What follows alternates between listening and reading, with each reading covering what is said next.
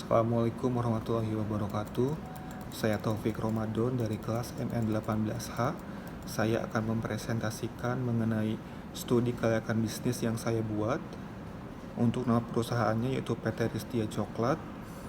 Untuk kegiatan usahanya yaitu memproduksi coklat. PT Ristia Coklat ini beralamat di Jalan Surya Madya 5, Kavling 1, nomor 37, kawasan Industri Surya Cipta, Kutanegara, Karawang. Untuk aspek legalnya, yang pertama ada izin usaha, yang kedua izin lokasi, yang ketiga izin perusahaan, yang keempat NPWP. Untuk struktur organisasinya, ada komisaris yaitu Taufik Ramadan, direkturnya ada Dira Krispi Kadawara. Untuk manajer produksinya ada Dwi Supriyadi. Untuk manajer marketingnya ada Florentina Aurelia. Untuk manajer keuangannya ada Suci Meliawati. Dan yang terakhir untuk manajer HRD-nya ada Azhar Ilhami. Untuk aspek pasarnya, yang pertama ada pasar sasaran, yaitu mencakup semua kalangan masyarakat dari kalangan bawah hingga kalangan atas. Untuk segmentasi pasarnya, untuk aspek demografinya yaitu usia 5 tahun ke atas, pria dan wanita. Untuk aspek geografinya, di Indonesia produk coklat menyebar merata hampir di seluruh wilayah. Untuk aspek psikografisnya, ditunjukkan bagi masyarakat kelas menengah ke bawah hingga menengah ke atas. Untuk pesaingnya ada PT Papandayan Cocoa Industri, terus ada Pilpitin Cocoa. Untuk strategi bauran pemasarannya, yang pertama ada produk PT Ristia Coklat ini memproduksi dua jenis coklat. Yang pertama ada coklat kompon atau coklat batangan. Yang kedua ada Dian Duja Coklat atau coklat untuk dikonsumsi langsung, seperti coklat Silver Queen. Untuk lokasinya sendiri, Ristia Coklat ini diproduksi di Jalan Surya Madya 5, Kavling 1, nomor 37, kawasan Industri Surya Cipta, Kutanegara, Karawang. Nah, produk ini akan didistribusikan ke tempat perbelanjaan seperti Alfamart, Yogya, Indogrosir, dan toko outlet lainnya.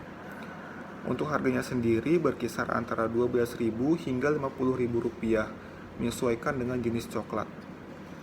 Untuk promosinya sendiri yaitu memberikan promo buy one get one pada acara peringatan tertentu. Contohnya seperti Hari Valentine.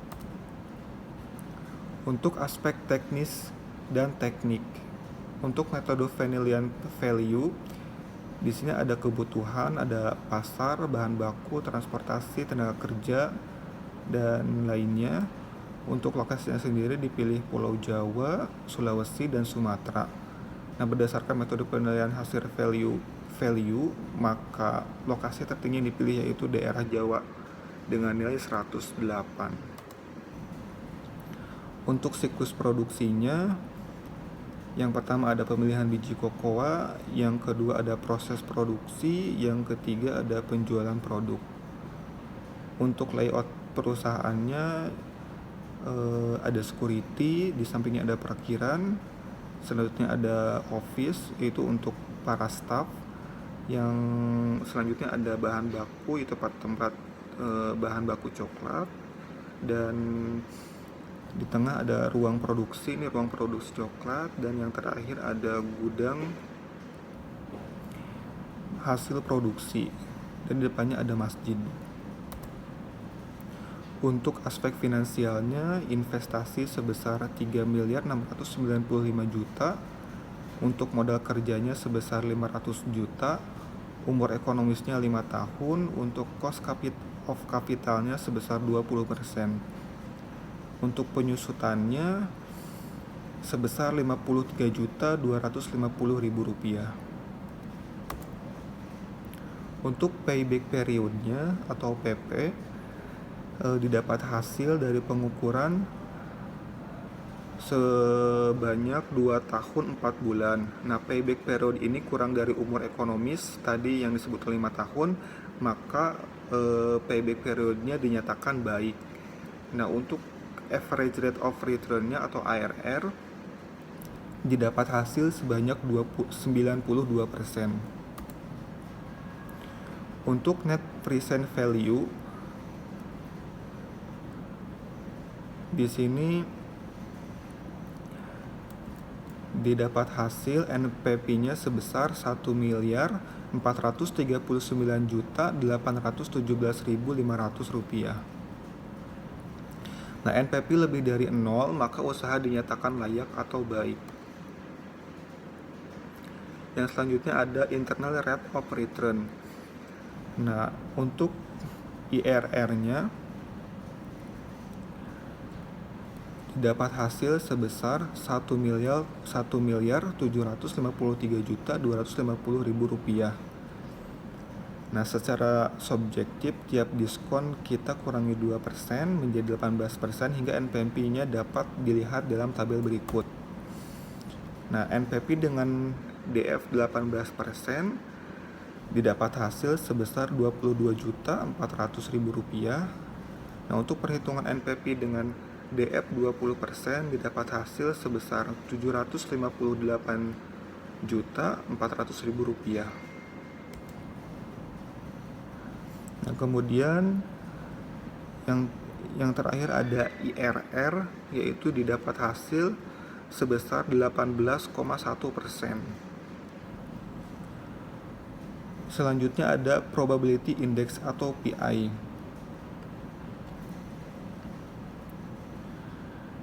Nah, untuk PI sendiri setelah dilakukan pengukuran didapat hasil 1,39 kali dibulatkan menjadi 1,4 kali.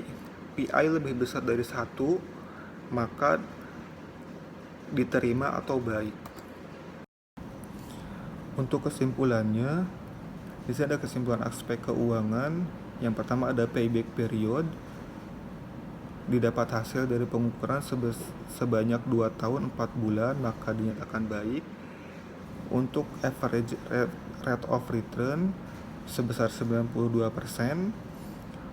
Untuk net present value-nya atau NPP sebanyak 1.439.817.500. Untuk internal rate of return-nya sebesar 18,1%. Dan yang terakhir ada probability index atau PI sebanyak 1,4 kali. Sekian presentasi dari saya. Terima kasih. Mohon maaf atas segala kekurangannya. Wassalamualaikum warahmatullahi wabarakatuh.